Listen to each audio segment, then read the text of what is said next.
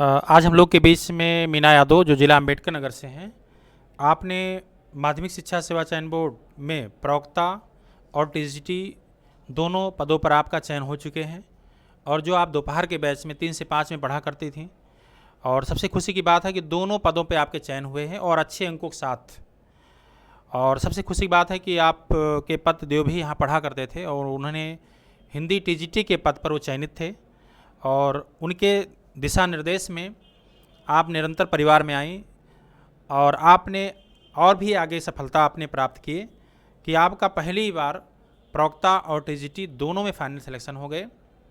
तो आज हम लोग के मीना यादव जी बीच में हैं जो अपनी सफलता के बारे में बताएंगे, और कोई भी प्रतियोगी अगर आप जैसे लोग की तरह बराबर निरंतर रेगुलर रहेंगे तो आप लोग के भी सिलेक्शन अच्छे अंकों के साथ हो सकते हैं।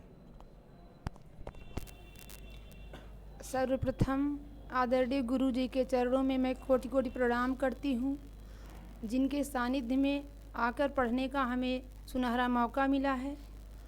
और इस मौके के लिए सबसे बड़ा आभार हम अपने परिवार को देना चाहते हैं कि परिवार वालों ने मेरा सपोर्ट किया कि आप जाके इलाहाबाद में तैयारी कीजिए। और हम आए तो यहाँ टेट के लिए आए थे, लेकिन टेट तो निकल गया, सुपर टेट में कुछ क्वेश्चन से रुक गया था।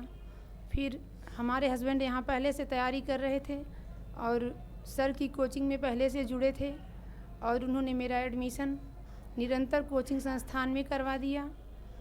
और उन्हीं के दिशा निर्देश में हम सर जी के पास लगातार पढ़ाई अपनी जारी कर दिए और रेगुलर हम इलाहाबाद में रहे 1 साल तक। 11 जनवरी 2019 को हमने निरंतर कोचिंग में एडमिशन लिया और तब से हम लगातार 1 साल कंटिन्यू यहाँ रहे। उसके बाद कुछ परिस्थितियाँ ऐसी थी कि घर जाना पड़ा और कोरोना काल आ गया, जिससे हम 9-10 महीने करीब घर पे रह गए। उसके बाद फिर आए, लेकिन रेगुलरिटी हमारी कभी टूटने नहीं पाई। जब भी हम इलाहाबाद में थे तो कोचिंग में 100% समझिए कि हम हाजिर रहते थे और टेस्ट पेपर तो मेरा कभी नहीं छूटता था कि इलाहाबाद में रहकर हम टेस्ट पेपर ना दें, क्योंकि सप्ताह में सर जी का टेस्ट पेपर होता है और उसका साल अगले दिन करवाते हैं व्याख्या सहित। तो इसलिए हम कभी टेस्ट पेपर नहीं छोड़ते थे। और सर का सबसे बड़ा प्लस पॉइंट ये है कि जब 2 घंटे की कोचिंग रहती है तो उसमें 1.5 घंटा पढ़ाने के बाद लिखाने के बाद आधे घंटे सर सबसे क्वेश्चन उठा के पूछते हैं। क्वेश्चन पूछने का मतलब है कि आप ये जानते हैं कि कहाँ कौन सा क्वेश्चन हमारे दिमाग में नहीं है, वो हम भूल रहे हैं, वो रिवीजन हो जाता था। और टेस्ट में नंबर जब कम आता था तो ये लगता था कि हम बहुत पीछे हैं। और इसलिए हम फिर अगले सप्ताह के लिए थोड़ा मेहनत से और पढ़ाई जारी रखते थे। और पहली बार हम बताएं, जब सर की कोचिंग में पहला टेस्ट हम दिए थे तो मेरा 75 क्वेश्चन ही सही था, लेकिन लगातार बढ़ता गया। 6 महीने से समझिए 7 महीने लगे होंगे 100 प्लस करने में। और जब 100 प्लस हम पहुंचा ले गए अपने क्वेश्चन का स्कोर, तो बढ़ता ही गया। कभी कभार अगर घटा है तो 1-2 क्वेश्चन, क्योंकि सर बराबर ये कहते थे कि ये ज़रूरी नहीं है दौड़ के आप 120-25 लाइए। ये था कि आप जो एक लेवल है वो लेवल बना के पढ़िए कि ना ज़्यादा हो तो कम भी ना होने पाए। इसलिए हम उस लेवल को ध्यान में रखते हुए बराबर पढ़ाई करते रहे और सर जी की कृपा से हमारा टीजीटी और प्रवक्ता दोनों में चयन हो गया। पहली सफलता हमारी इस कोचिंग में नेट थी। जैसे हम आए 6 महीना ही नहीं बीता था कि नेट निकल गया, जबकि सर कहते थे ऐसे पढ़ते हुए हो जाएगा, आप लोग चिंता मत करिए। सर इतना प्रेरित करते हैं, इतना उत्साहित करते हैं कि अगर मुरझाया हुआ हो तो भी वो खिल जाएगा। बस यही सबसे बड़ा मोटिवेशन इनका समझिए सबके लिए बहुत बड़ा आशीर्वाद रहता है। और हम तो यही जानते हैं कि अगर हिंदी सब्जेक्ट से कोई भी बहन हो, कोई भी भाई हो, अगर उसको टीजीटी एलटी प्रवक्ता की अगर तैयारी हिंदी सब्जेक्ट से करनी है तो निरंतर कोचिंग से अच्छी कोई हमारे समझ में कोचिंग नहीं है और हमारे सर जैसे कोई गुरु नहीं मिल सकते हैं, क्योंकि सर सब्जेक्ट की ही शिक्षा नहीं दिए हैं, हर तरीके की सर हमारे शिक्षा देते हैं। परिवार में आपको कैसे रहना चाहिए, एक मर्यादा क्या होती है, एक अनुशासन क्या होता है, मतलब आपको हर तरीके के, आप इनको चाहे गुरु समझिए, चाहे माता पिता समझिए, चाहे अपना परिवार समझिए, कुछ भी समझिए, बड़ा भाई समझिए, सर इस तरह से मोटिवेशन देते रहते हैं।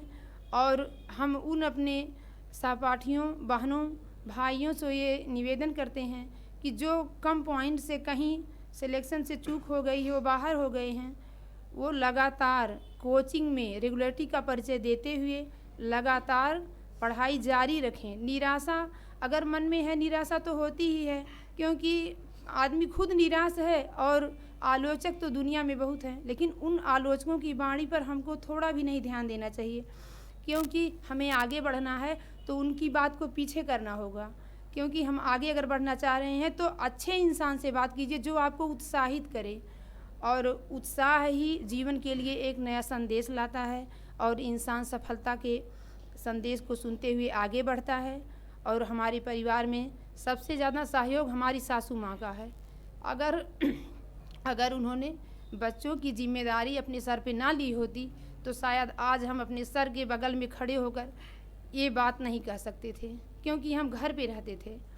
पेपर देने के लिए इलाहाबाद आ जाते थे, लेकिन कोई मतलब नहीं था, क्योंकि तैयारी थी नहीं, कभी कोचिंग किए नहीं थे, तो कोई मतलब नहीं था। लेकिन हमारी सासू माँ ने वो परचम लहराया है कि हम यही आग्रह करते हैं कि जिसकी भी बहू बेटियां अगर पढ़ने के लिए इच्छुक हैं, उनकी तत्परता है, लगन है, वो मेहनत करने के लिए तैयार हैं, तो हम यही विनम्र प्रार्थना करते हैं कि उन्हें घर से बाहर करके पढ़ाई का उन्हें एक मौका दिया जाए और वो अपनी मेहनत से अपनी बातों को आगे बढ़ाते हुए कम से कम इस लायक बन सकें कि परिवार का नाम रोशन हो और ख़ुद भी एक व्यक्तित्व तो समाज में दिखा सकें, क्योंकि समाज में आलोचकों की कमी नहीं है। और यही सब है। हमारे हस्बैंड भी हमारा बहुत सपोर्ट किए हैं इसमें, क्योंकि हम दोनों लोग साथ में, मतलब वही हमारे लाइफ पार्टनर हैं, वही हमारे रूम पार्टनर भी थे। हम दोनों मिल के पढ़ते थे, सब्जेक्ट एक था, इसलिए दोनों आपस में डिस्कस भी करते थे, क्योंकि वो बहुत किताबों का अध्ययन किए हैं। हमारे हिसाब से उनके अंदर बहुत ही अनुभव है, इसलिए जो भी हम उलझते थे कहीं तो हम उनसे ज़रूर सलाह लेते थे कि इसका क्या होगा, कैसे होगा, तो वो हमको समझाते थे कि ऐसे है, इसका ऐसे है।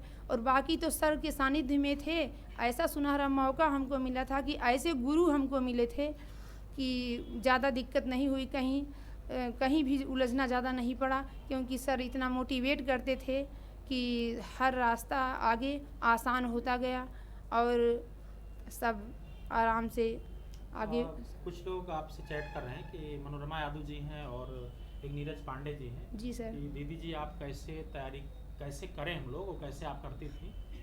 हम तो बहुत ही उपलब्धि है कि आप पति पत्नी दोनों लोग सेलेक्ट हुए हैं। जी और सर। आपने दो सफलताएं एक साथ हासिल की। जी सर। तो सर मीना जैसे दीदी आप कैसे पढ़ती थी, ये चीज़ पूछ रहे हैं जो है।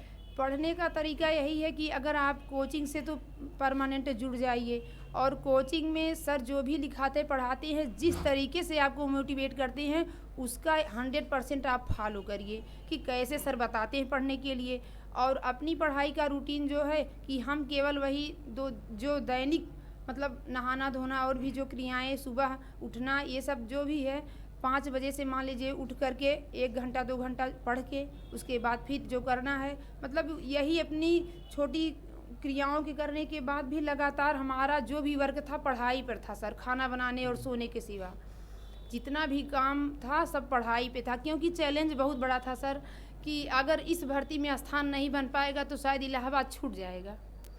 तो इसलिए हमने जो भी समय दिया अपनी पढ़ाई पर दिया। कभी भी ये नहीं हुआ कि किसी काम से हम इलाहाबाद में सुबह की मीटिंग जाना पड़ा। अगर ज़रूरी काम है तो गए हैं सुबह, लेकिन 3 बजे के पहले हम कोचिंग में हाजिर हो गए हैं, क्योंकि ये मन में था कि कोचिंग में क्या समझाएंगे सर, क्या पढ़ाएंगे, हम नहीं रहेंगे वहाँ।